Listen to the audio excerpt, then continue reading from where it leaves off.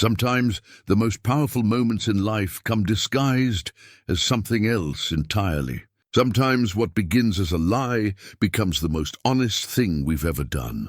In the fjords of Norway, a village needed to fool enemy spies watching from the hills. So they arranged a fake wedding between Bryndis, a quiet slave girl, and Bjorn the Bearborn, a fierce warrior. It was supposed to be simple theater. Say the vows, fool the watchers, then go back to their separate lives. But when the moment came and Bjorn looked into her eyes, he saw something that stopped him cold. This wasn't just any thrall girl.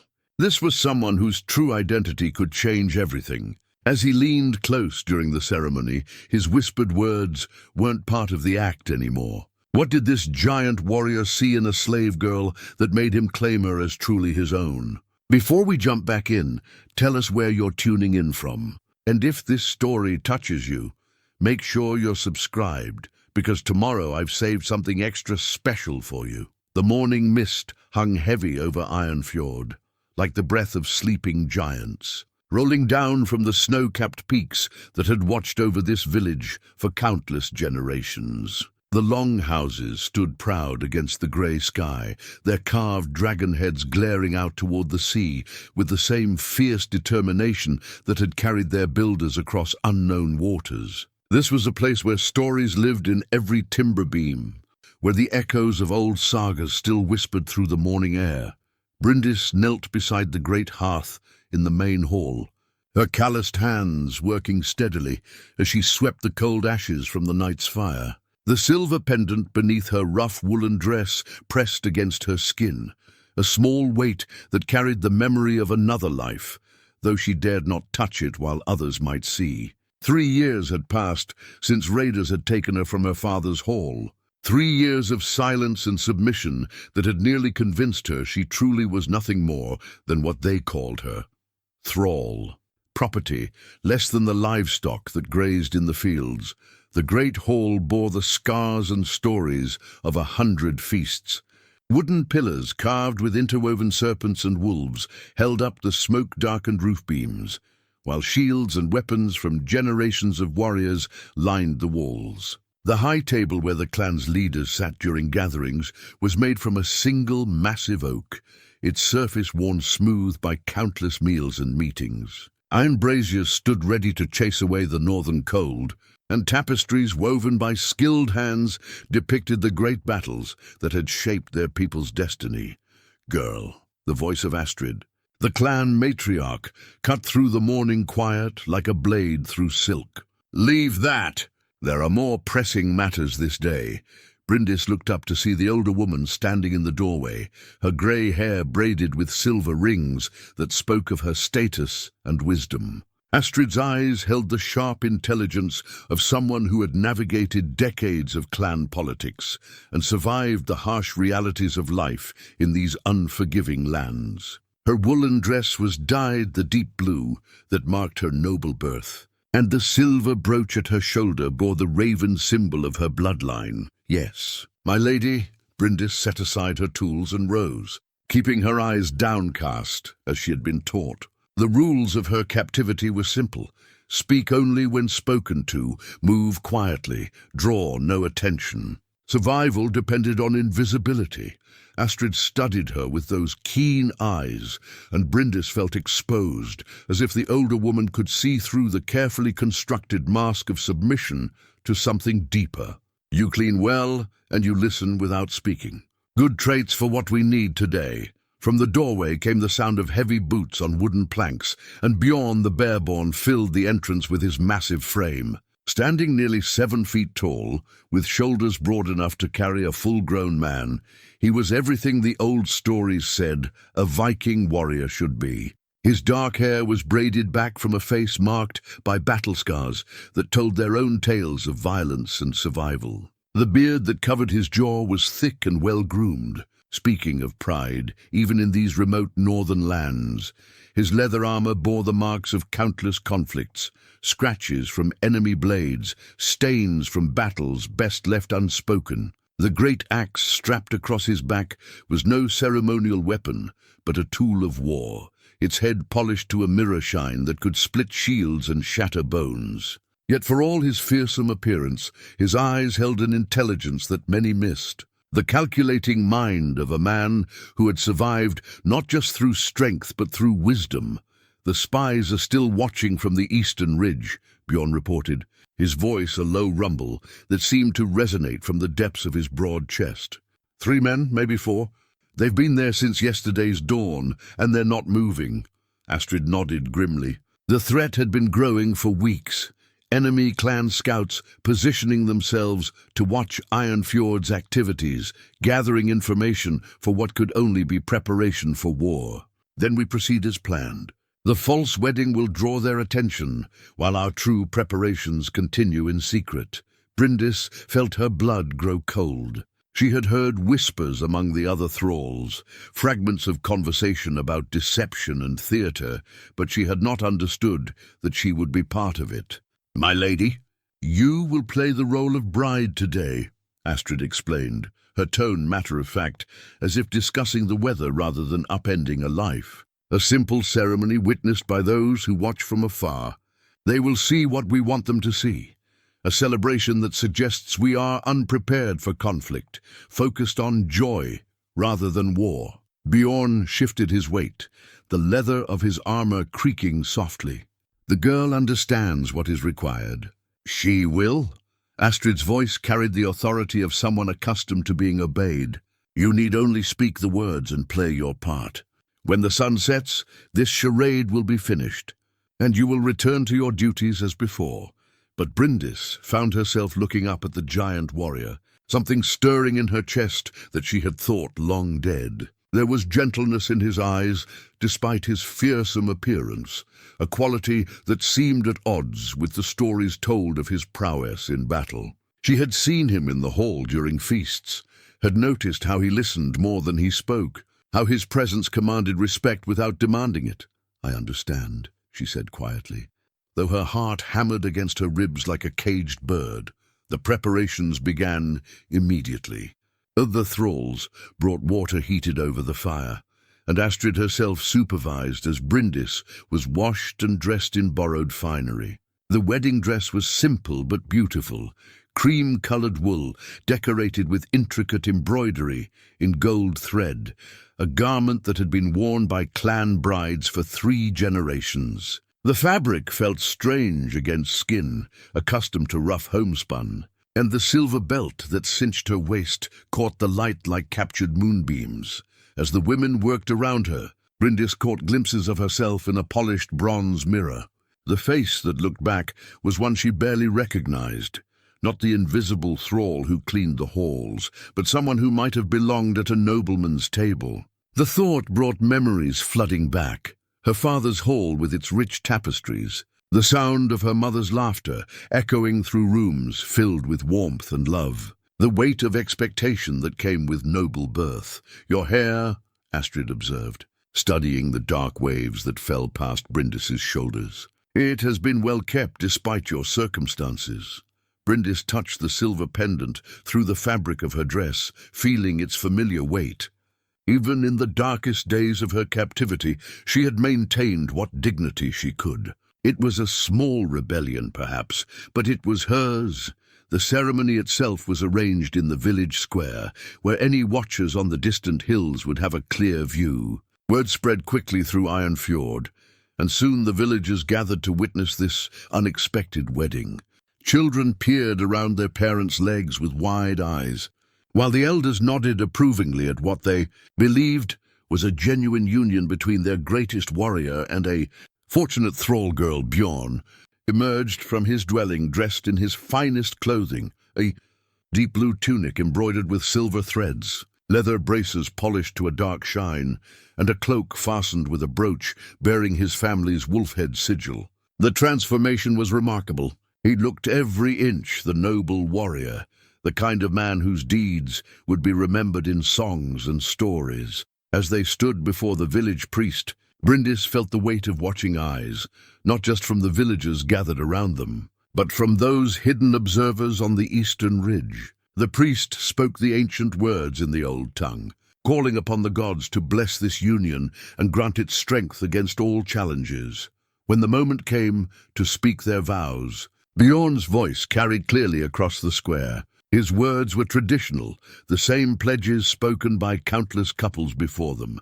But there was something in his tone that made them feel different. As if he meant every word, Bryndis responded with her own vows, her voice stronger than she had expected. For a moment, standing there in the afternoon sunlight with the massive warrior beside her, she could almost believe this was real, that she was not a captive playing a role, but a woman choosing her own destiny. The feast that followed was meant to complete the deception. Tables groaned under the weight of roasted meat, fresh bread and ale that flowed like rivers. Musicians played the old songs, while people danced and celebrated, their joy echoing across the fjord and up to the watching hills. Children ran between the tables, laughing and playing games that had been old when their grandfathers were young. But as the celebration reached its peak and the ale loosened tongues throughout the crowd, Bjorn leaned close to his supposed bride. His breath was warm against her ear as he spoke words that would change everything between them. "You carry yourself like nobility," he murmured, so quietly that no one else could hear. "Even in thrall's clothing, you move like someone born to command rather than serve." Bryndis felt her carefully constructed mask slip for just a moment. "I am what you see, my lord. Nothing more. No." His grey eyes studied her face with an intensity that made her feel exposed. "You are the daughter of Ragnar Ironwolf, chieftain of the northern clans. I knew your father well. You have his eyes." The world seemed to stop around them. The music continued. The laughter echoed across the square. The children kept running between the tables. But for Bryndis, everything had narrowed to those 7 words. "You are the daughter of Ragnar Ironwolf." Her hands trembled as she reached for her ale cup, using the motion to hide the shock that surely showed on her face. 3 years of careful anonymity shattered in an instant. 3 years of convincing herself that her past was truly buried, that no one would ever connect the silent thrall girl to the chieftain's daughter who had vanished during a coastal raid. "You are mistaken," she whispered. But the words felt hollow even as she spoke them. Bjorn's massive hand covered hers on the table, steadying the tremor that threatened to spill her drink. "Your father and I fought side by side against the Danish raiders 5 summers ago. You were there when the treaty was signed, standing at his right hand, 15 years old and already showing the wisdom that would have made you a formidable leader." The memories crashed over her like a northern storm. The great hall of her childhood, filled with the smell of pine smoke and roasting meat. Her father's booming laugh as he told stories of ancient battles. Her mother's gentle hands teaching her to weave, to manage a household, to carry herself with the dignity befitting her station. The weight of responsibility she had embraced so eagerly, never knowing how quickly it could all disappear. "He is dead," she said simply. "My father, my mother, my brothers, all of them." "No." Bjorn's voice carried a certainty that cut through her despair. "Your father lives, though he believes you lost forever. The raiders who took you spread word of your death to prevent rescue attempts. Ragnar Ironwolf still leads the northern clans, still fights to protect his people, still mourns a daughter he thinks lies beneath the cold earth."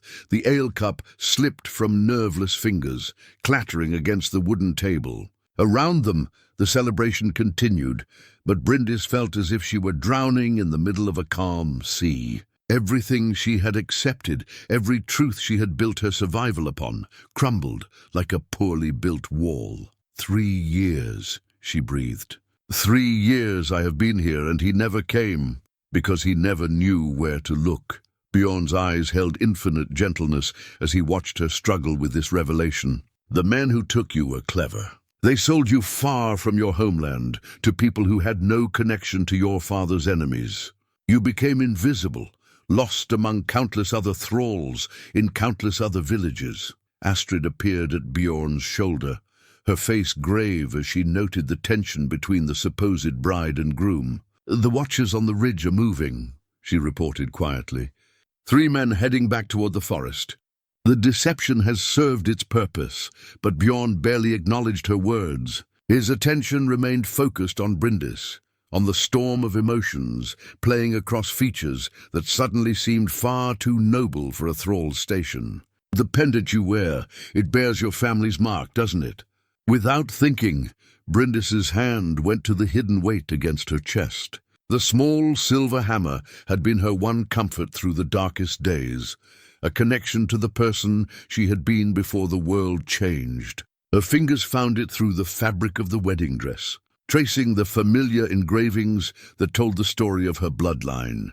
"How do you know about, because I helped your father choose it for your 16th birthday. We were discussing what gift would be appropriate for a young woman who had already shown such strength and wisdom." Bjorn's smile was sad and gentle.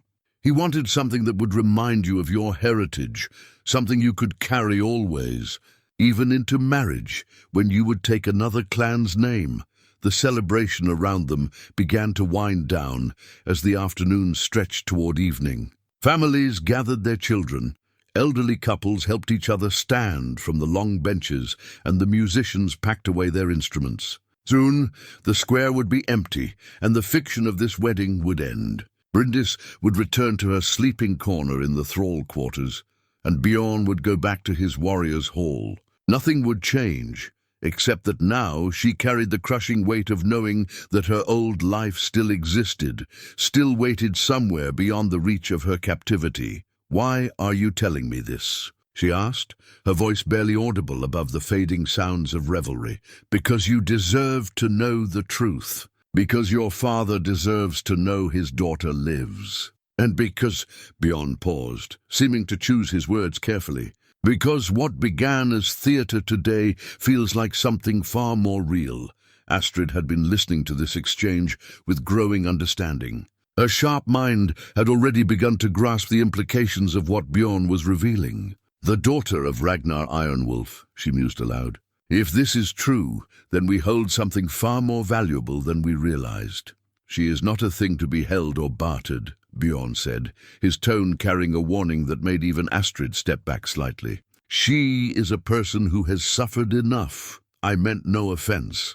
The clan matriarch's voice softened with something approaching respect. "But surely you understand what this means. If Ragnar's daughter lives, if she could be returned to him, the alliance possibilities?" "No." The word came from Bryndis herself, spoken with a firmness that surprised them all. "I will not be used as a political tool again.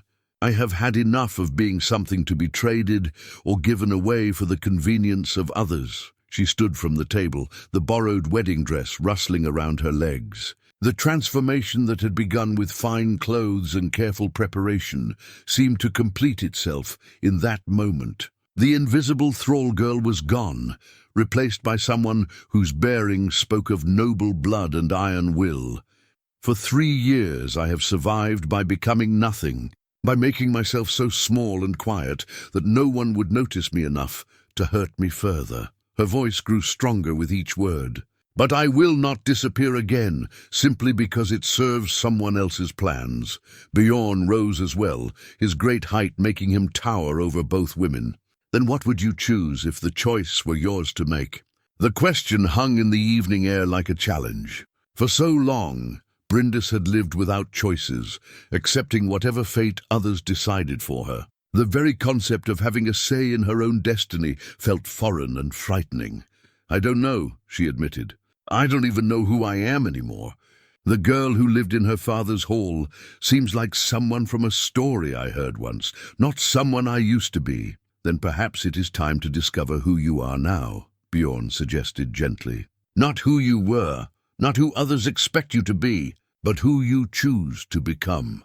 As the last of the wedding guests departed and the servants began clearing away the remains of the feast, the 3 of them stood in the gathering dusk. The spies were gone, the deception complete, but something fundamental had shifted. The fake wedding had awakened truths that could not be buried again. Astrid broke the contemplative silence. "The girl cannot remain in the thrall quarters now. Too many people heard too much tonight. Word will spread, and that brings its own dangers." "She will stay in my hall," Bjorn declared, his tone brooking no argument. "As my wife, in truth, as well as in the eyes of those who watched today." Bryndis felt the ground shift beneath her feet once again. That was not real. The vows were spoken for show. Then we will speak them again, and mean them this time. His grey eyes met hers across the empty table. If you will have me, if you can trust that my offer comes from something deeper than politics or convenience. The silver pendant seemed to burn against her skin, as if responding to the weight of the moment. Everything she had accepted about her life, her future, her very identity, balanced on the edge of this choice. She could return to invisibility, could let this moment pass and fade into memory. Or she could step forward into an unknown future with this man whose gentle strength had shown her a glimpse of what her life might become. The spies will return, she said finally. When they discover the deception, let them come, Bjorn replied. By then, the wedding they witnessed will have become the truth we choose to live. The interior of Bjorn's hall felt like stepping into another world entirely. Unlike the communal great hall where Bryndis had spent her days cleaning and serving, this space carried the intimate warmth of a true home. Carved wooden beams supported a roof blackened by years of hearth smoke, while tapestries depicting great battles and mythic beasts covered the walls. A massive bed dominated one corner, built from oak and covered with furs that spoke of successful hunts in the deep wilderness. Bryndis stood uncertainly near the doorway. Still wearing the borrowed wedding dress that now felt like a costume she had no right to claim. The reality of her situation settled over her like a heavy cloak. She was no longer a thrall, but she was not yet truly free. The space between those two states felt vast and treacherous. There are clean clothes in the chest, Bjorn said, his voice carefully neutral as he busied himself lighting the oil lamps that would chase away the evening darkness. Astrid had them brought while we were at the feast. Nothing fancy, but better suited to your new station, her new station. The words felt foreign in her mind. For 3 years, her station had been clear and unchanging, property, servant, less than the livestock. Now she existed in some undefined realm where nothing was certain, except that the old rules no longer applied. This is not necessary, she said quietly. The deception is finished. The Watchers have gone back to report what they saw. I can return to what? Bjorn turned to face her, his grey eyes intense in the flickering lamplight. To sleeping on straw in the servants' quarters? To scrubbing floors and pretending you were never anything more than what they made you? The gentleness in his voice carried an edge of pain that surprised her. She had expected him to dismiss her concerns, to assert his rights as a warrior who had claimed a prize. Instead, he seemed genuinely troubled by the thought of her returning to captivity. It was a life I understood, she replied. Simple, safe. Safe? His laugh held no humor. You call hiding your true self until it nearly disappeared safe? You call burying every spark of who you were meant to be safe? The accusation hit closer to home than she wanted to admit. During the darkest moments of her captivity, she had indeed felt herself disappearing, becoming exactly what her captors wanted her to be. The proud chieftain's daughter had faded until only the silent, obedient thrall remained. Even touching the silver pendant had become an act of rebellion rather than comfort. You don't understand. She moved to the window, looking out at the village, where cook fires glowed like scattered stars in the gathering night. When they took me, when they sold me, I learned that fighting only brought pain, that speaking brought punishment. I learned to become small and quiet because that was the only way to survive. Bjorn's reflection appeared in the dark glass beside hers, his massive frame dwarfing her own. And now I don't know what survival looks like anymore. He was quiet for a long moment, and she could feel him studying her profile in the window's reflection. Do you remember what it felt like before? When you were your father's daughter, when you believed you had a place in the world? The question opened a door in her memory that she had kept carefully locked. Suddenly she was 15 again, standing at her father's side as he negotiated treaties with neighboring clans. She remembered the weight of responsibility on her shoulders, the knowledge that her words and actions could influence the fate of their people. She remembered feeling important, valued, necessary. I remember thinking I could change things, she said softly, that my voice mattered. It still does. She turned from the window to find him closer than she had expected, close enough that she had to tilt her head back to meet his eyes. "How can you be so certain? You barely know me." "I know enough." His hand moved slowly, giving her time to pull away if she chose, before gently touching the silver pendant through the fabric of her dress. "I know you kept this hidden for 3 years, never letting them strip away the last connection to who you were. I know you speak with intelligence when you think no one is listening. I know you move with grace that no amount of servitude could completely erase." The touch of his fingers against the pendant sent warmth spreading through her chest. It was such a simple gesture, yet it acknowledged something precious that had been invisible for too long. Someone else knew her secret, shared the weight of it. "The clothes," she said, stepping back before the moment could become more than she was ready to handle. "You mentioned clothes."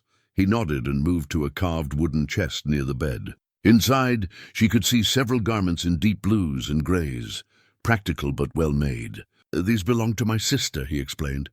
"She married into a clan in the eastern fjords 2 winters ago. They should fit well enough. Your sister won't mind. Sigrid would be pleased to know they serve a good purpose." His smile carried warmth and fond memories.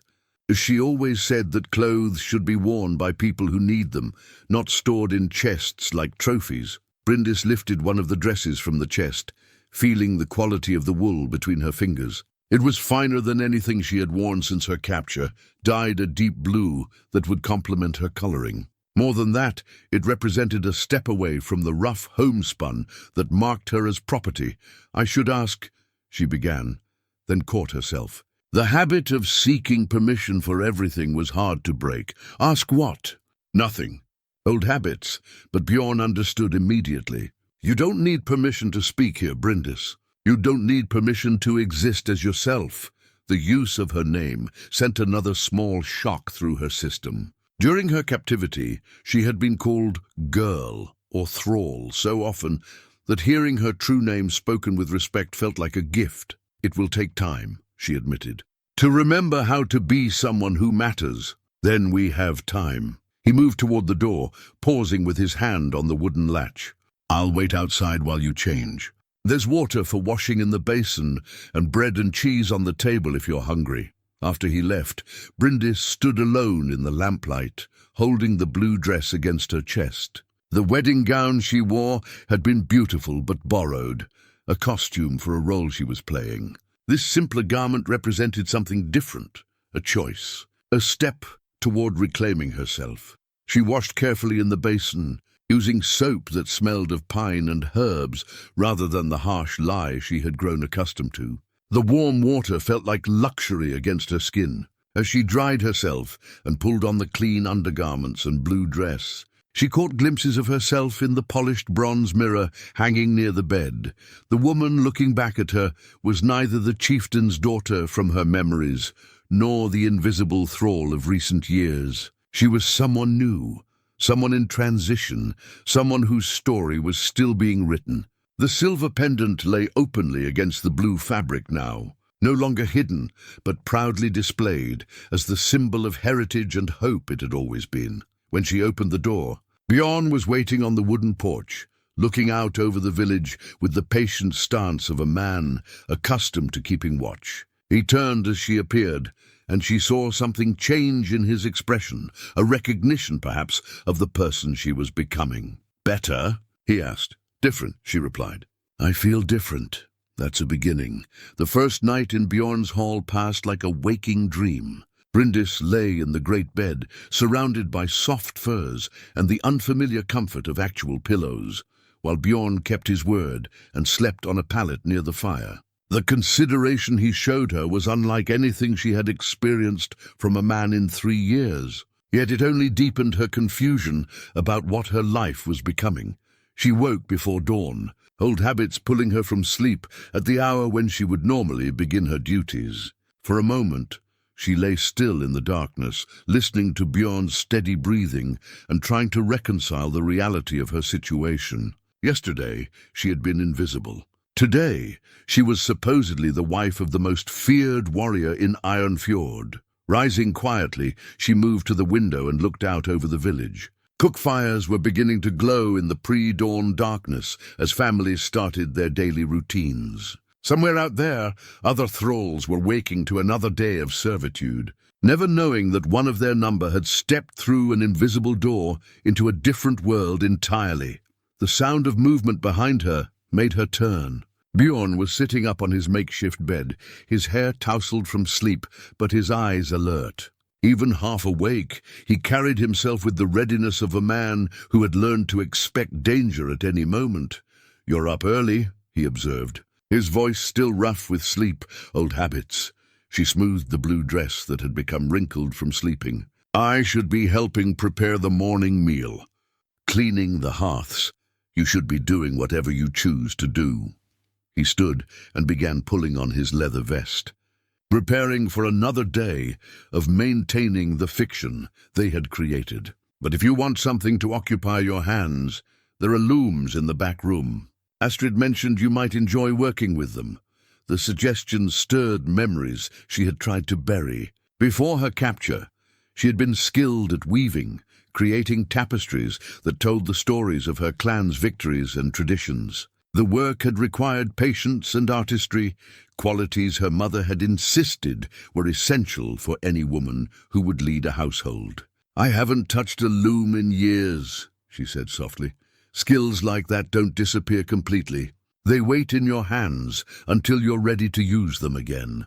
His confidence in abilities she wasn't sure she still possessed touched something deep in her chest. During her captivity, she had been valued only for her capacity to follow orders and remain silent. The idea that someone believed she might create something beautiful again felt almost revolutionary. They shared a simple breakfast of bread, cheese, and ale while the village came to life around them. Through the windows, Bryndis could see people going about their daily tasks, and she found herself searching their faces for signs of what they thought about yesterday's wedding. Did they believe it had been real? Did they wonder why Bjorn the Bearborn had chosen a thrall girl for a bride? "They're curious," Bjorn said, noticing the direction of her gaze. "But not suspicious. Most of them see what they expect to see. A warrior taking a wife because it's time to settle down and establish his line. And when they discover the truth, what truth is that?" His grey eyes met hers across the wooden table. "That a man and woman spoke vows before witnesses. That we share a home and a name. Which part of that is false?" The question unsettled her because she couldn't find a clear answer. The lines between performance and reality had blurred until she wasn't certain where one ended and the other began. The part where we barely know each other. The part where this began as a deception. Many marriages begin with less. He broke off a piece of bread and offered it to her. "My parents met on their wedding day, arranged by their fathers for political alliance. They learned to know each other afterward and found love in the midst of duty. And if we don't find love, then we'll find respect, companionship, shared purpose. Those are not small things, Bryndis. Many people live their entire lives without them." The sound of voices outside interrupted their conversation. Through the window, they could see a group of warriors approaching, their weapons and armor marking them as serious men on serious business. At their head walked a figure Bryndis didn't recognize, a tall man with graying hair and the bearing of someone accustomed to command. Bjorn stood immediately, his hand moving instinctively to the axe at his side. "Harold Grimson," he said, and there was tension in his voice that hadn't been there moments before. "He leads the coastal clans. Is that good or bad?" "It depends on what brought him here." Bjorn moved to the door, then paused to look back at her.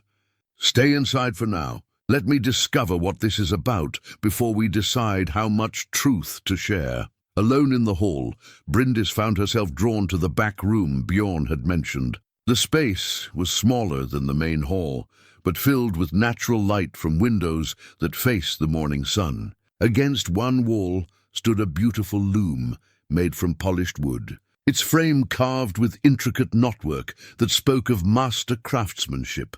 Her fingers traced the empty frame, remembering the feel of threads sliding between her hands, the satisfying rhythm of weaving that could make hours pass like minutes. On a shelf nearby, she found skeins of wool in various colors, deep blues and greys, rich browns and cream whites, even precious scarlet thread that must have been traded from distant lands. The red thread caught her attention, reminding her of the tapestries that had hung in her father's hall. One in particular had depicted the story of a legendary warrior queen who had led her people to victory against overwhelming odds. The scarlet thread had represented her courage, weaving through the design like blood through veins.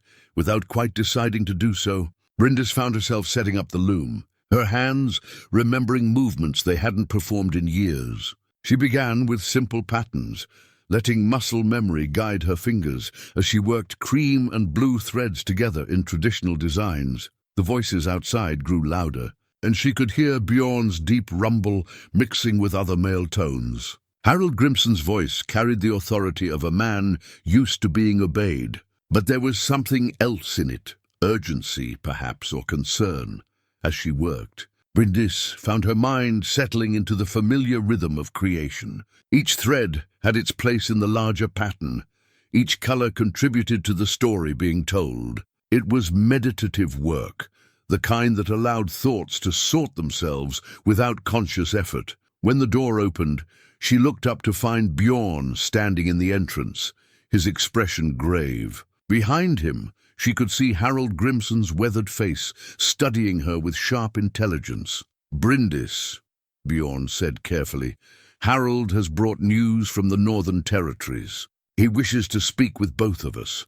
The older warrior stepped into the room, his eyes taking in the loom, the partially completed weaving, and Bryndis herself. There was recognition in his gaze, the same startled awareness that had marked Bjorn's face when he first truly saw her. "By Thor's hammer," Harold breathed. The stories were true. Ragnar's daughter lives. The silence that followed Harold's words stretched like a bowstring pulled to its breaking point. Bryndis set down her weaving shuttle with hands that had suddenly grown unsteady, while the two warriors regarded each other with the careful wariness of men who understood that words, once spoken, could never be taken back. "You know this how?" Bjorn's voice carried a dangerous edge that reminded everyone present why he was called the Bearborn. Harold stepped fully into the weaving room, his weathered hands clasped behind his back in a gesture that spoke of diplomatic experience. "Because I was there when the raiders struck Ragnar's stronghold 3 years ago. I saw the bodies they left behind, heard the reports of his daughter taken. But I also know what Ragnar's daughter looked like before the raid, and this woman carries too much resemblance to be coincidence." Bryndis found her voice, though it came out smaller than she intended. "My father. You said you have news of my father." "Aye, girl. News that changes everything if you are truly who I believe you to be." Harold moved to the window, looking out over Ironfjord with the calculating gaze of a military commander. "Your father has been gathering the northern clans for the past year, building an alliance stronger than anything seen in our lifetime. But he lacks the one thing that would cement their loyalty completely." "Which is?" Bjorn asked, though something in his tone suggested he already knew the answer. "A heir, a symbol of continuity that would outlast any single leader's death." Harold turned back to face them both. "Ragnar's sons died in the raid that took his daughter. His bloodline ends with him unless his daughter still lives," Bryndis finished, understanding flooding through her like cold water. "Exactly. With you alive and proven, the Northern Alliance becomes more than a temporary arrangement between chiefs seeking mutual protection. It becomes a dynasty, a legacy worth dying for." Harold's eyes fixed on her with an intensity that made her want to step backward. "You could unite clans that have feuded for generations." Bjorn moved to stand between Harold and Bryndis, his massive frame serving as both shield and statement. "The lady has just discovered her father lives. Perhaps political discussions can wait until she's had time to absorb that news." "Time is a luxury we may not have," Harold replied grimly. "The southern clans have learned of Ragnar's alliance building. They're moving to strike before his coalition becomes too strong to challenge. Within 2 months, maybe 3, there will be war whether we're ready or not." The red thread Bryndis had been weaving seemed to glow in the morning sunlight. its scarlet brightness a reminder of blood and courage and the price of leadership. She touched it gently, drawing strength from its warmth. "What exactly are you proposing?" she asked, surprising both men with the firmness in her voice. Harold's weathered face showed approval at her directness. "That you return to your father's hall immediately, publicly reclaim your position as his heir, and lend your support to the alliance. Your presence alone would convince the wavering clans to commit fully, and if she chooses not to." Bjorn's hand rested on his axe handle, in a gesture that was probably unconscious, but nonetheless threatening. "Then good men will die in a war that might have been prevented," Harold said bluntly. "And Ragnar Ironwolf will spend his remaining years believing his bloodline died with him."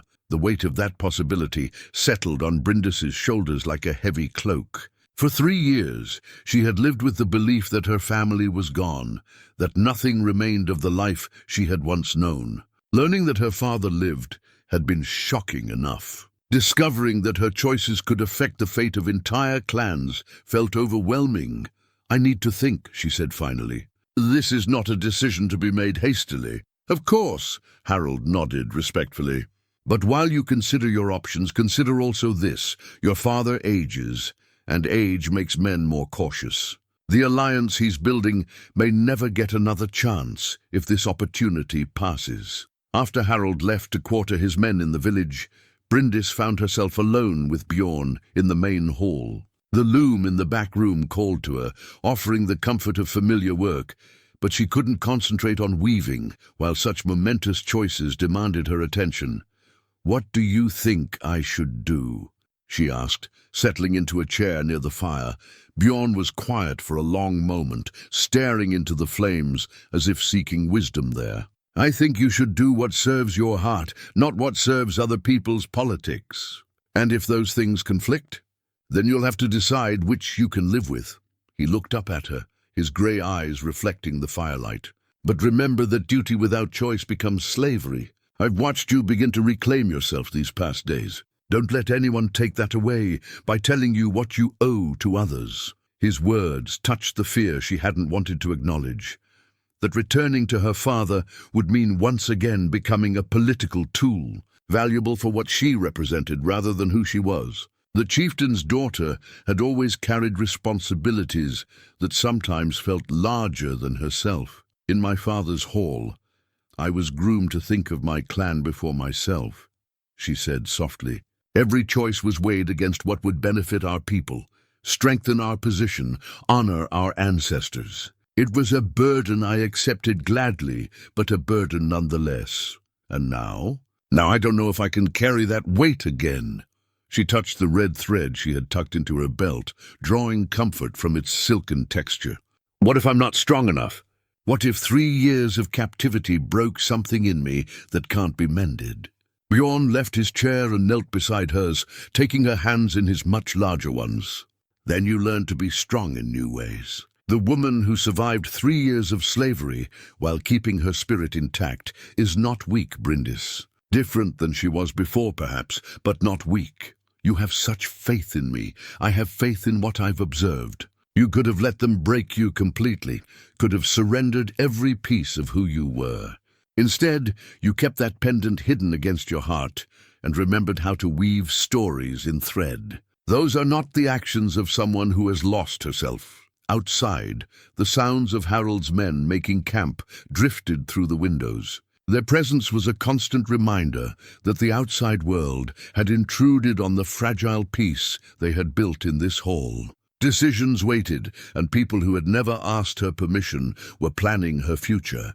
"If I go back," she said finally, "will you come with me?" The question surprised them both. She hadn't planned to ask it, hadn't even realized she was thinking it until the words emerged. But now that they hung in the air between them, she found she desperately wanted his answer to be yes. "As what?" he asked carefully. "Your protector? Your advisor?" "As my husband." The words felt both terrifying and right. In truth, this time, not performance. Bjorn's hands tightened around hers, and she could see the careful control he exercised to keep his expression neutral. The fire crackled in the silence that followed her unexpected proposal. filling the space between them with dancing shadows and the smell of burning pine. "You don't have to offer that," he said finally, his voice carefully measured. "Not because you think you owe me something, or because you're afraid of facing your father alone. That's not why I'm asking." She studied his weathered face, noting the way his jaw tensed as he waited for her explanation. "Yesterday morning I was invisible. Today I'm discovering I might have the power to prevent a war. Everything is changing so quickly that I feel like I'm drowning in possibilities." She paused, searching for words that could capture the complex tangle of her feelings. "But when I'm with you, when we're talking like this, I feel steady, like I remember who I am, instead of being overwhelmed by who everyone else wants me to be." Bjorn was quiet for so long that she began to fear she had misread the growing connection between them. Perhaps his kindness had been nothing more than honor-bound protection for someone he recognized as noble-born. Perhaps the moments of understanding they had shared were simply the result of proximity and unusual circumstances. "There are things you should know about me," he said eventually, releasing her hands and moving to stand before the fire. "If you're truly considering this, you deserve to understand what kind of man you would be binding yourself to." The formality in his tone sent a chill through her, but she forced herself to remain calm. "Then tell me. I'm not known for gentleness. On the battlefield, I have done things that would horrify you. I have killed men who begged for mercy, burned settlements that housed families, taken actions that served my clan's needs, but not my soul's peace." His broad shoulders were rigid with tension. The name Bearborn was earned through savagery, not through honor.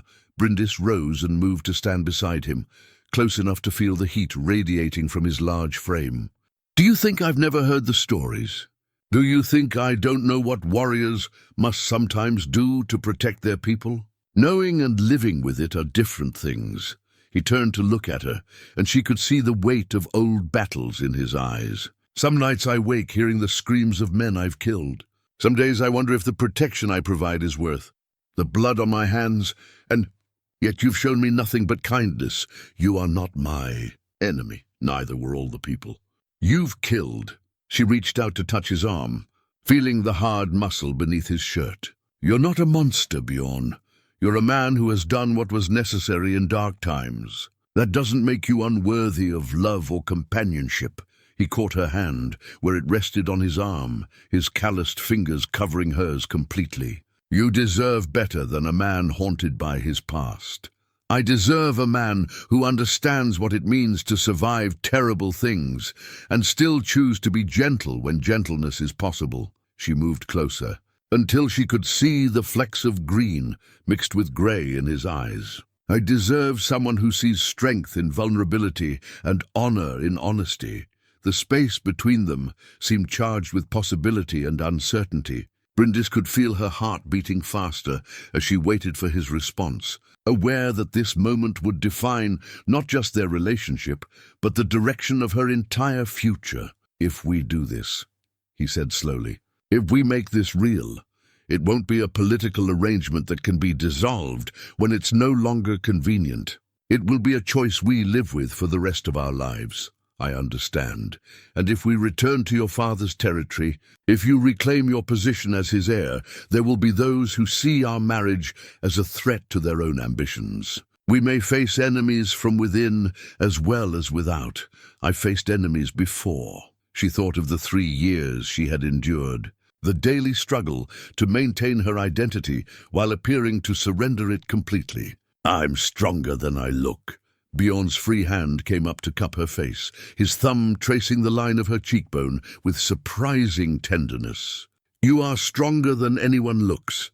That's what makes this so complicated. Because a woman with your strength, your intelligence, your heritage, she could have any man she chooses. She doesn't need to settle for a battle-scarred warrior with blood on his hands and nightmares in his sleep." Bryndis felt something shift inside her chest. A warmth that had nothing to do with the fire burning nearby. Perhaps she doesn't need to settle. Perhaps she's choosing exactly what she wants.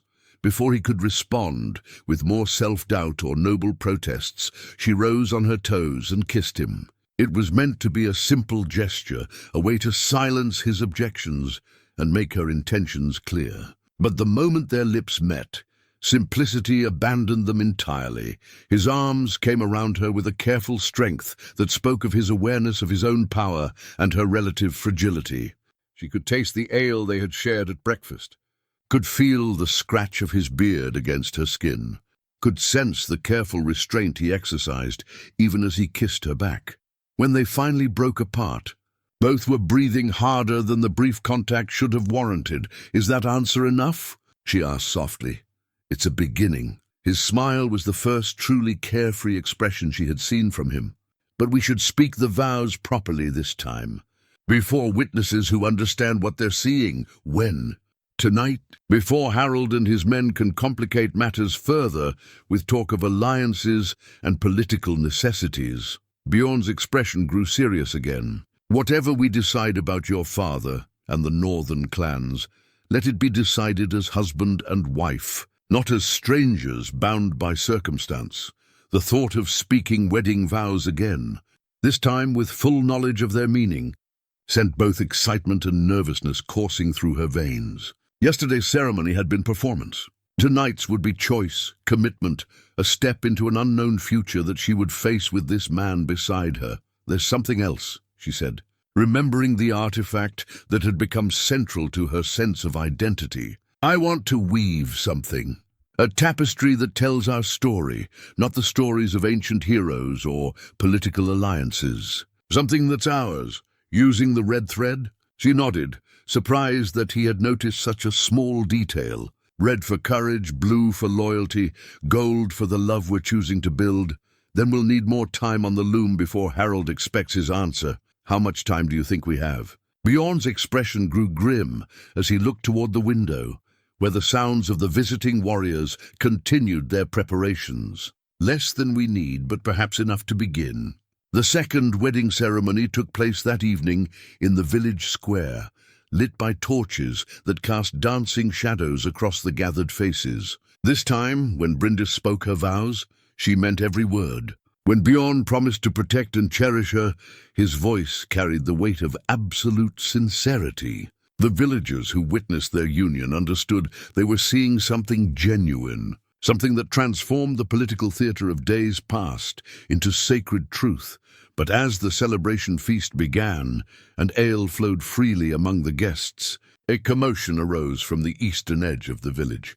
Shouts echoed across the square, followed by the thunder of hoofbeats as riders approached at dangerous speed through the darkness. Bjorn was on his feet instantly, his hand moving to his axe as his warrior instincts took command. Around them, other men reached for weapons, while women gathered children closer to their sides. Harold's soldiers formed a defensive line with the practiced efficiency of men who had survived countless battles. The lead rider who burst into the torchlight was clearly exhausted, his horse lathered with sweat and foam. He wore the colors of Ragnar Ironwolf's household. And when he saw Bryndis sitting at the high table, his weathered face went pale with shock. "By the gods," he breathed, sliding from his horse with legs that nearly buckled beneath him. The reports were true. "You'd live." Bryndis felt the blood drain from her face as she recognized the man stumbling toward them. "Ulf, is it truly you?" The grizzled warrior had been her father's most trusted scout, a man who had taught her to read tracks in mud and signs in broken branches. To see him here, now, felt like a collision between her old life and her new one. "My lady." Ulf dropped to one knee despite his exhaustion, a gesture of respect that made everyone present aware they were witnessing something significant. "I bring word from your father, though I never expected to deliver it to your own ears." Harold stepped forward, his expression sharp with interest. "What news from Ragnar Ironwolf?" Ulf's eyes remained fixed on Bryndis as he spoke. "The southern clans have made their move. They struck 3 days ago, not at our strongholds but at our allies. They've captured the chieftains of 2 supporting clans and demand Ragnar present himself for single combat or watch his allies die." The feast around them had fallen completely silent. Even the children seemed to sense the gravity of the moment. pressing closer to their parents while wide eyes reflected the torchlight. Single combat, Bjorn repeated, and there was something dangerous in his voice. Against whom? Magnus Bloodaxe, Ulf replied, and several of the warriors present drew sharp breaths. He's challenged Ragnar to settle the matter of northern leadership through trial by combat, as the old laws allow. Bryndis felt the world shift around her, as if the earth itself had moved beneath her feet. Magnus Bloodaxe was no ordinary warrior. He was a giant of a man, 20 years younger than her father, known for victories that had made him a legend among the southern clans. The outcome of such a battle was far from certain. My father accepted, she asked, though she already knew the answer. Ragnar Ironwolf would never allow his allies to die while he lived. He had no choice. The combat is set for the new moon, 5 days hence. Ulf's weathered hands trembled slightly as he delivered the worst news. But there is more. Magnus has declared that if he wins, he will take not just leadership of all the clans, but also the right to claim Ragnar's daughter as his bride, should she still live. The words hit Bryndis like a physical blow. The silver pendant against her chest suddenly felt cold, as if it had absorbed all the warmth from her body. Around the square, she could hear murmurs of outrage and concern, but they seemed to come from very far away. That is not possible, Bjorn's voice cut through the rising noise like a sword through silk. She is my wife, wed before witnesses according to all proper forms. Ulf's expression grew even more troubled. Magnus claims the right of conquest overrides all previous bonds. He says that as Ragnar's heir, she becomes part of the prize for whoever defeats him in combat. The law doesn't work that way, Harald protested, but his voice lacked conviction. Magnus makes his own laws, Ulf replied grimly, and he has the strength to enforce them if he wins. Bryndis found herself standing, though she couldn't remember rising from her seat. The red thread she had woven earlier that day seemed to burn against her fingers where she had tucked it into her belt. Everything they had built, everything they had chosen, hung in the balance of a combat that would take place hundreds of miles away. There must be something we can do, she said, surprised by the steadiness of her own voice. Some way to help my father, to change the terms of this challenge. Ulf shook his head sadly. The combat was agreed to before witnesses from a dozen clans. To withdraw now would be seen as cowardice, and Ragnar would lose the allegiance of everyone who has sworn to support him. Then we go to him, Bjorn declared, his decision made with the swiftness that had served him well in countless battles. We travel north immediately, and I stand as his champion. No. The word came from Bryndis with such force that it surprised everyone present, including herself. This is not your fight, and it's not your choice to make. She could feel all eyes upon her as she struggled to find words for the certainty growing in her chest. Magnus wants to claim me as a prize for defeating my father. He sees me as something to be won, like a sword or a horse or a tract of land. Because that's what you are in his mind, Harald said gently. A symbol of legitimacy that would cement his claim to leadership over all the clans. Then perhaps it's time to show him and everyone else that I'm not a prize to be won. Bryndis touched the silver pendant through her dress, drawing strength from its familiar weight. I am Ragnar's daughter, heir to the northern clans and wife to Bjorn the Bearborn, and I will not be claimed by anyone who has not earned the right. The torchlight flickered across her face as she made her decision, and those watching saw something change in her expression. The uncertain woman who had sat down to the feast was gone, replaced by someone whose bearing spoke of noble blood and iron determination. "What are you thinking?" Bjorn asked, though something in his tone suggested he already suspected. "I'm thinking that if Magnus wants to fight for the right to lead all the clans, he should face all the clans' champions." She turned to address the gathered crowd, her voice carrying clearly across the square. "I challenge Magnus Bloodaxe to combat not as Ragnar's daughter, but as a chieftain in my own right." The gasps that arose from the assembled villagers were almost drowned out by Bjorn's immediate protest. "Bryndis, no. You cannot what? Fight for my own freedom? Defend my father's honor. Take responsibility for my own fate. She faced him with eyes that blazed in the torchlight. I have been claimed, taken, sold, and traded like property for the last time. If Magnus wants me, let him earn that right in a way that acknowledges what I am, not what he thinks I am. Ulf stared at her with something approaching awe. My lady, the ancient laws do allow such a challenge, but what? I'm a woman? Her laugh held no humor. The law recognizes the right of any clan leader to issue challenge, regardless of their gender. And as Ragnar's heir, I claim that right. Harald's weathered face showed grudging respect. It would certainly change the nature of the conflict. No longer a simple matter of who leads the clans, but a question of honor that touches the very heart of what leadership means. Bjorn moved to stand beside her, and she could feel the tension radiating from his massive frame. If you do this, if you face him in combat, you understand the consequences of losing. I understand the consequences of not trying, she replied. I've spent 3 years learning what it means to have choices made for me. I won't spend the rest of my life that way. She looked around the square at the faces watching her, some afraid, some admiring, all recognizing that they were witnessing something that would be remembered long after they were gone. Send word to Magnus Bloodaxe, she told Ulf. Tell him that Bryndis, daughter of Ragnar, wife to Bjorn, heir to the northern clans, calls him to single combat. Let him prove his worthiness to lead by facing someone who understands what true strength means. The 3 days that followed Bryndis's challenge passed in a blur of preparation and growing tension. Word of her declaration spread through the northern territories faster than wildfire, carried by riders who understood they were witnessing the beginning of a saga that would be told for generations. A woman challenging a legendary warrior to single. Combat was unprecedented enough to draw spectators from clans that had remained neutral in the growing conflict. Bjorn threw himself into her training with an intensity that bordered on desperation. Every morning before dawn, they worked together in a secluded meadow beyond the village, where he taught her techniques that went far beyond the basic weapon skills she had learned as a chieftain's daughter. These were the hard-won lessons of a man who had survived countless battles through cunning as much as strength. Magnus is twice your weight and has reach advantages you'll never overcome through conventional fighting, he explained as they practiced, with weighted wooden swords. Your only hope is to make him fight your battle instead of his own.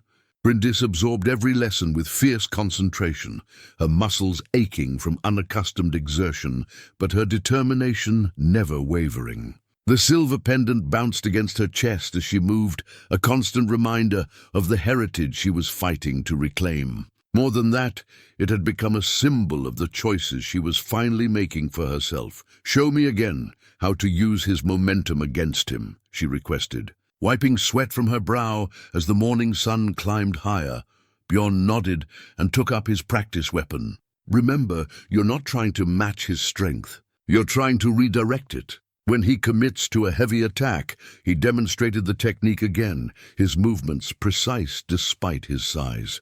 The strategy relied on timing, positioning, and an almost dancer-like awareness of balance and motion. It was brutally difficult to execute correctly, requiring split-second decisions that could mean the difference between victory and death. As word of the challenge spread, visitors began arriving in Iron Fjord. Harald's men were joined by representatives from a dozen clans, all coming to witness what many believed would be either a glorious victory or a tragic sacrifice. Among them came Astrid's sister, an elderly woman named Ingrid, who had served as a healer and wise woman for 40 years. "You're preparing for the wrong battle," Ingrid told Bryndis on the second evening. As they sat together in the main hall while Bjorn met with the arriving clan leaders. "What do you mean?" The older woman's eyes held the wisdom of someone who had seen countless seasons change and understood the deeper patterns beneath surface events. Magnus isn't just fighting for political control. He's fighting to prove that the old ways are still strongest, that might alone determines right, that women should remain property to be claimed by whoever proves most violent. Bryndis set down her mending, giving Ingrid her full attention. And what battle should I be preparing for instead? The battle to prove that strength comes in many forms, that leadership requires wisdom as well as warfare, that a person's worth isn't determined by how effectively they can kill. Ingrid's weathered hands gestured toward the red thread that Bryndis had been incorporating into a new weaving. You carry weapons Magnus has never learned to use, such as intelligence, adaptability, the kind of courage that chooses to fight even when the outcome is uncertain. Ingrid smiled gently. And something else he lacks entirely, the support of people who believe in what you represent rather than what you can take by force. That night, as Bryndis worked at her loom while Bjorn sharpened his weapons nearby, she found herself thinking about Ingrid's words. The tapestry taking shape under her fingers told the story of her journey, from captivity through awakening to this moment of choice. The red thread wove through it like a river of courage, connecting each scene to the next. What are you thinking about? Bjorn asked, noting her contemplative silence. About what kind of leader I want to be, if I survive this. She paused in her weaving to look at him across the firelit room. My father rules through respect and honor, but he's still part of a system where strength and violence determine most outcomes. What if there's another way? What kind of way? One where people follow you because they believe in the future you're building, not because they fear the consequences of opposition. The idea was taking shape as she spoke, fragile but growing stronger. One where women don't have to fight for the right to make their own choices because that right is simply accepted. Bjorn's expression grew thoughtful as he considered her words. That's a beautiful vision. But changing the way people think about power and leadership, that's a longer, harder battle than any single combat. Maybe, but it has to start somewhere. She touched the silver pendant that had become her talisman. Maybe it starts with refusing to accept that things have to remain as they've always been. On the third morning, Ulf returned with Magnus's response. The legendary warrior had accepted her challenge with what the messenger described as amused contempt, agreeing to face her in combat at the traditional site where such matters had been. Settled for generations, a circular clearing, surrounded by ancient stones that had witnessed countless duels over the centuries. He's bringing an army, Ulf reported grimly, not to fight, but to witness what he believes will be his easy victory and subsequent claim to leadership over all the clans. Harold nodded grimly. And Ragnar.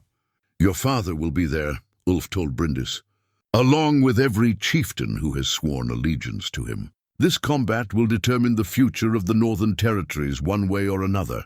The weight of responsibility settled on Bryndis's shoulders like a heavy cloak. But she found herself accepting it with more peace than she had expected. For 3 years, she had lived with the consequences of other people's choices. Now, for better or worse, she would face the results of her own decision.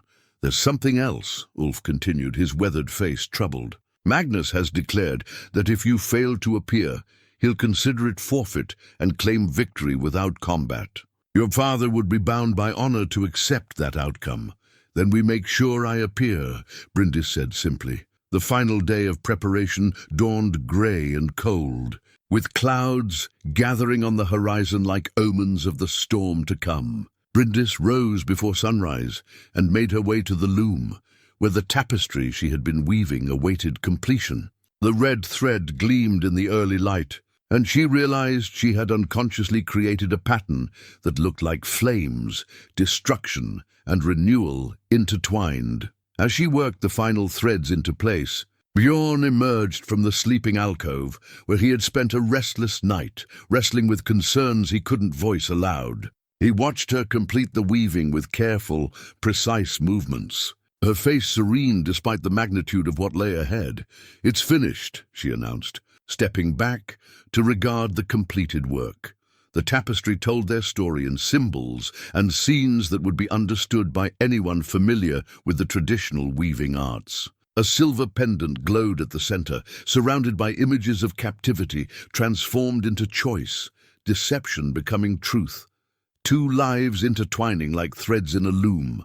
The red line that ran through everything spoke of courage consciously chosen, rather than recklessly embraced. "It's beautiful," Bjorn said softly.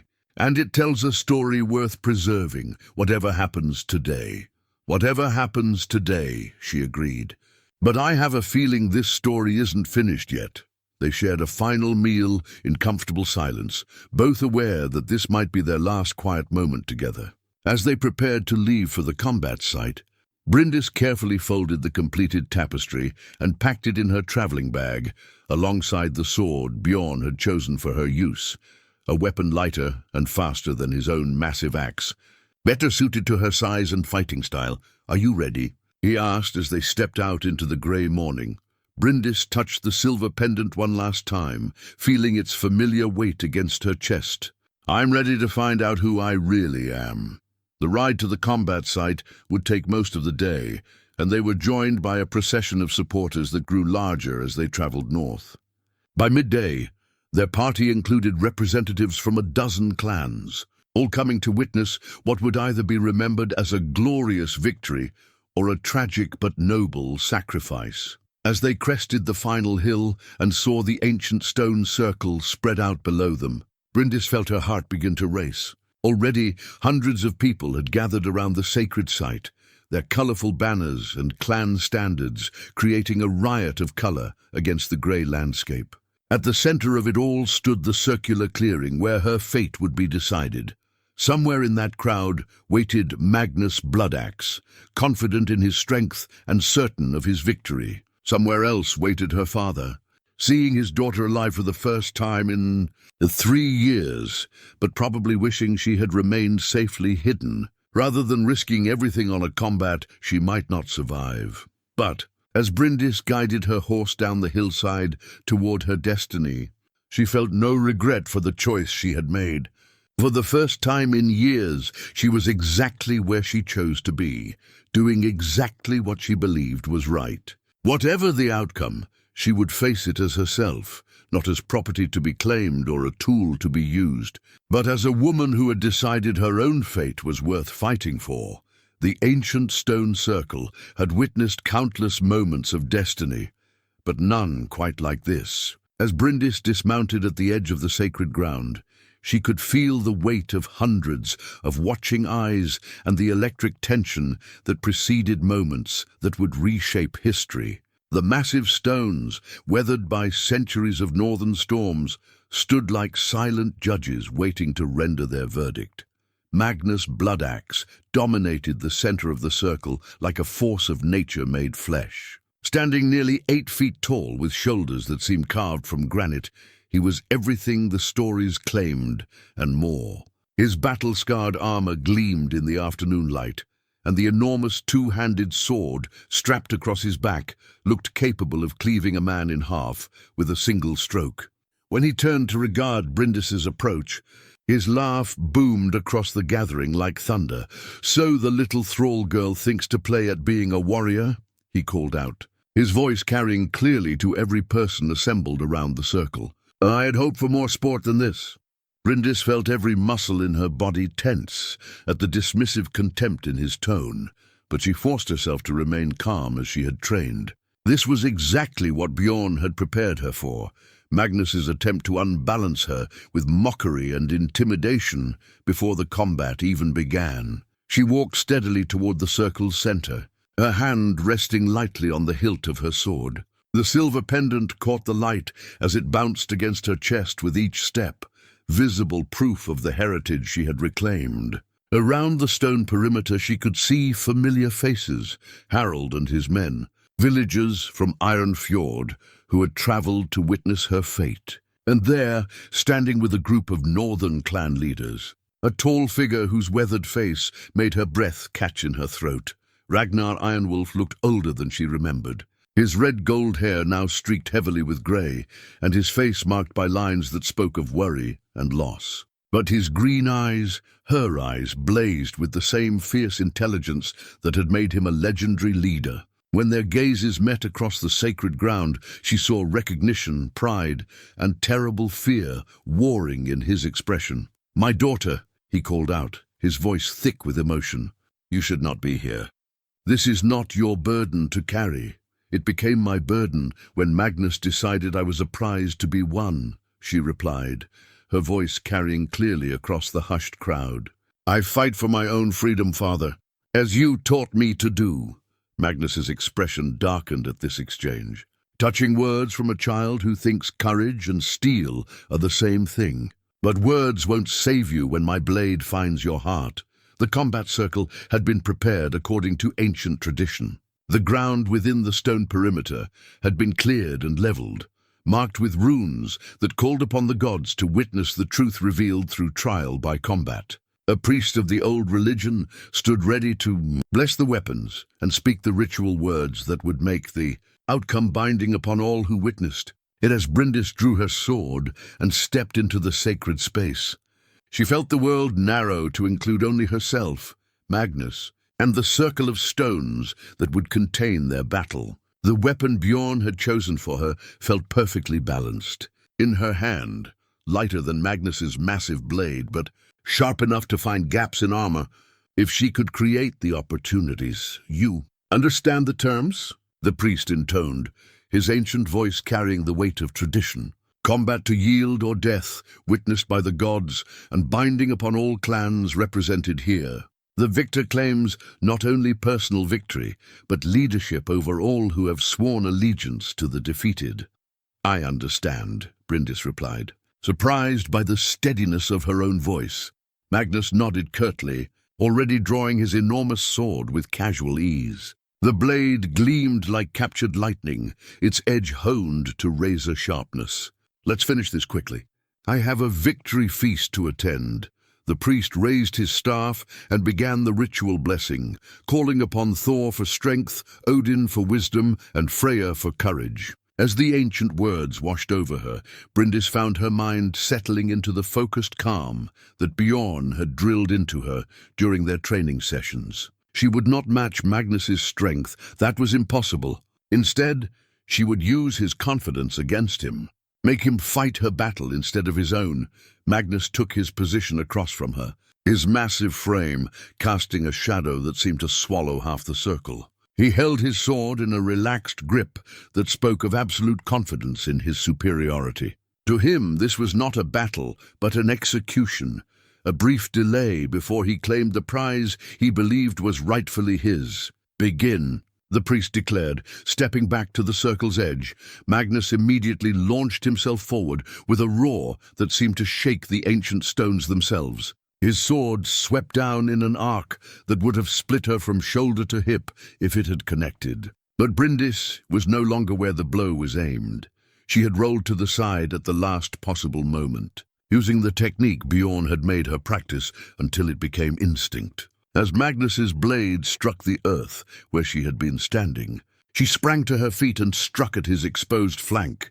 Her sword rang against his armor without penetrating, but the blow served its intended purpose. It announced that this would not be the one-sided slaughter he had expected. Magnus's roar of surprise and anger echoed off the ancient stones as he realized his opening attack had failed completely. He spun with remarkable speed for such a large man, bringing his massive sword around in a horizontal sweep that would have taken her head from her shoulders. If she hadn't dropped flat to the ground, the crowd around the circle gasped as the blade whistled through. Empty air where Bryndis had been standing. She rolled away from his follow-up strike and came to her feet in a crouch, her sword ready as she studied his movements with the calculating focus Bjorn had taught her. Stand still and die like you're supposed to. Magnus snarled, advancing on her with his weapon raised high. But Bryndis had no intention of fighting the battle he wanted. As he brought his sword down in another devastating overhead strike, she danced aside and let his momentum carry him past her. Her blade found the gap between his armor plates at the shoulder, drawing first blood as the tip scored across his flesh. The wound was superficial, but its psychological impact was enormous. A murmur ran through the watching crowd as they realized they were witnessing something unprecedented. Not just a woman holding her own against Magnus' bloodaxe, but actually managing to wound him. Magnus touched his fingers to the bleeding cut and stared at the crimson stain with something approaching disbelief. In all his years of combat, no opponent had ever made him bleed within the first minute of battle. "Impossible," he muttered, then raised his voice to address the watching crowd. "A lucky strike. Nothing more!" But Bryndis could see uncertainty creeping into his movements as he resumed his attack. The absolute confidence that had marked his initial assault was fractured now, replaced by the beginning of doubt. She pressed her advantage, using her superior speed and agility to stay just beyond the reach of his devastating strikes while looking for opportunities to land blows of her own. The silver pendant bounced against her chest as she moved, catching the light and drawing attention to the symbol of her heritage. Around the circle, she could hear voices calling out support, not just from her father's allies, but from people who had never seen anything like this display of skill and determination. Magnus's next attack came in a series of furious combinations, his blade cutting through the air with enough force to shatter stone. But each strike found only empty space, as Bryndis flowed around his attacks like water around a boulder, never quite where he expected her to be. "Fight me properly," he bellowed, his frustration evident to everyone watching. "Stand and face me like a warrior." "I am fighting like a warrior," she replied calmly, landing another quick strike against his armor that failed to penetrate but served to further damage his confidence. "Perhaps you should try fighting like a thinking person instead of a mindless beast." The insult struck home harder than any sword blow. Magnus had built his reputation on overwhelming strength and savage fury, but this slip of a woman was making him look clumsy and slow in front of hundreds of witnesses. His attacks became wilder, more desperate, as rage began to cloud his judgment. Bryndis recognized the shift immediately. This was the moment Bjorn had prepared her for, when an opponent's anger made them vulnerable to the kind of tactical thinking that could overcome pure physical advantage. As Magnus charged toward her with his sword held high, she waited until the last possible moment before stepping aside and extending her blade. His own momentum carried him into her weapon, and this time her steel found its mark with devastating effect. The point of her sword penetrated the gap in his armor just below the ribs, sliding between bones to find the soft organs beneath. Magnus stumbled to a halt, looking down in shock at the blade protruding from his side.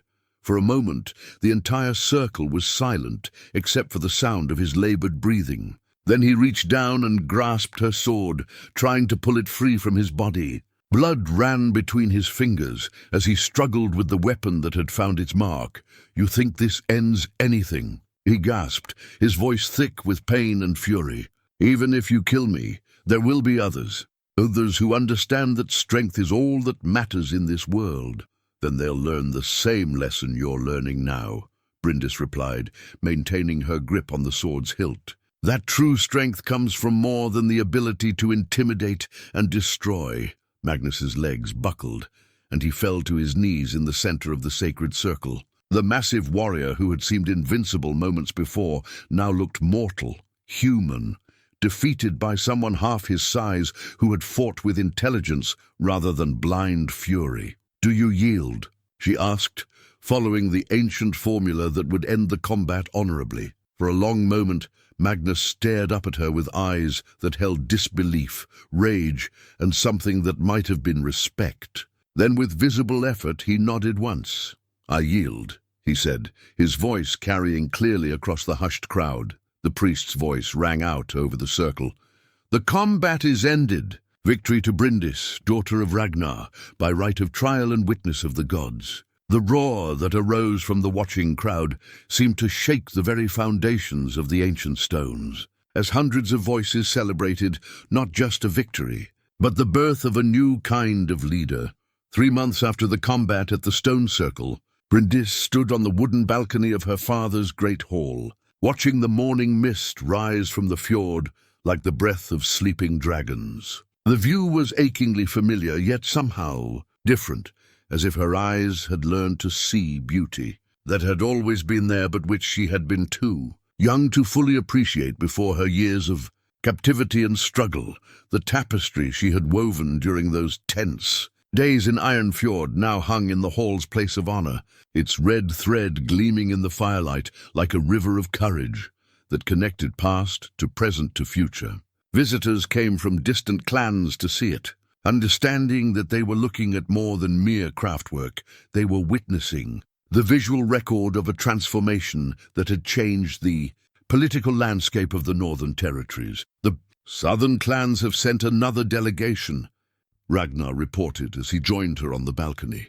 Her father looked younger than he had the day of the combat, as if her victory had lifted a weight from his shoulders that had been bending him toward the earth. They wished to discuss terms for a lasting peace. What kind of terms? Bryndis asked, though she suspected she already knew the answer. Marriage alliances, trade agreements, the usual tools of diplomacy. Ragnar's smile held both pride and amusement. They seem particularly interested in securing good relations with the clan whose leader defeated Magnus Bloodaxe in single combat. Bryndis touched the silver pendant that still hung around her neck, its familiar weight now a source of strength rather than hidden comfort. And what do you think of their overtures? I think they're learning what we've known all along, that leadership, based purely on fear and violence, is ultimately unstable. Ragnar's weathered hands gripped the balcony railing as he looked out over the peaceful morning scene below. Magnus ruled through intimidation, but intimidation only works until someone refuses to be intimidated. The sound of approaching hoofbeats drew their attention to the path leading up from the village. A small party of riders was making its way toward the hall, and Bryndis felt her heart lift as she recognized the massive figure leading them. Bjorn sat his horse with the easy confidence of a man comfortable in his own strength. But there was something gentler in his bearing now, a peace that had settled over him since their return to her father's territory. Your husband brings news, I think, Ragnar observed, noting the speed of the approaching riders. Bryndis made her way down to the courtyard to greet them, arriving just as Bjorn dismounted with his usual fluid grace, despite his size. The smile he gave her was the same one that had first made her believe she might find happiness again, warm and genuine and completely without pretense. What news from the coastal settlements?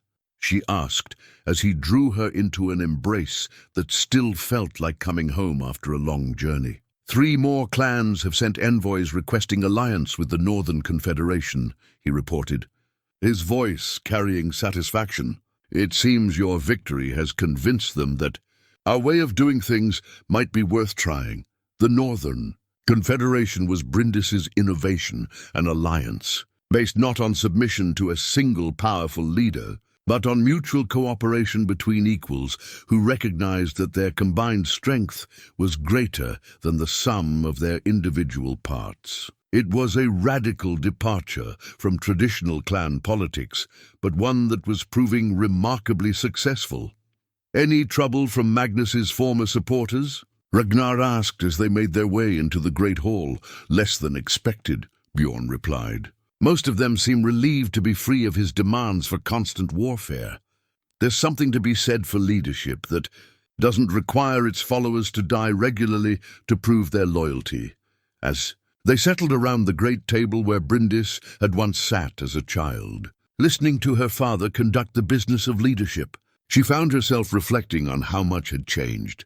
The scared thrall girl who had hidden her identity for 3 years was gone, replaced by a woman who had learned that strength came in many forms and that the most powerful victories were often won without swords. There's something else, Bjorn said, reaching into his travel pack to withdraw a small wooden box, a gift from the craftsman of Iron Fjord. In recognition of everything you've accomplished, inside the box, nestled in soft wool, lay a new pendant, a masterwork of silver and gold that depicted not the traditional hammer of Thor, but a loom with threads of different colors weaving together to form a complex pattern. It was beautiful, unique, and perfectly symbolic of the path she had chosen. It's magnificent, she breathed, lifting it carefully from its resting place. The red thread represents courage, Bjorn explained, pointing to the tiny crimson wire that ran through the design. The blue is for loyalty, the gold for wisdom, and the silver for the strength that comes from choosing your own destiny. As Bryndis fastened the new pendant around her neck alongside the old one, she felt the weight of past and future balanced perfectly in the present moment. The silver hammer would always remind her of who she had been, Ragnar's daughter, heir to ancient traditions and noble blood. The loom pendant represented who she was becoming, a leader who understood that the strongest foundations were built through cooperation rather than conquest. That evening, as she and Bjorn sat before the fire, working on their respective tasks, he maintaining his weapons, she adding new threads to a tapestry that told the ongoing story of the Confederation, Bryndis felt a deep contentment settle over her. Like a warm cloak. Do you ever wonder what would have happened if we hadn't gone through with that fake wedding? She asked, pausing in her weaving to look at him across the firelit space. Bjorn considered the question seriously, as he did most things. I think we would have found each other eventually, he said finally. Some connections are too strong to be avoided by circumstance. Even if I had remained a thrall forever. Especially then, you were never truly invisible, Bryndis. You just needed someone who knew how to see. Outside, the northern wind sang through the fjord, carrying with it the promise of changing seasons and new possibilities. The fake wedding that had begun as deception had become the foundation for something neither of them had expected. Not just love, but a partnership that was reshaping the world around them, one careful thread at a time.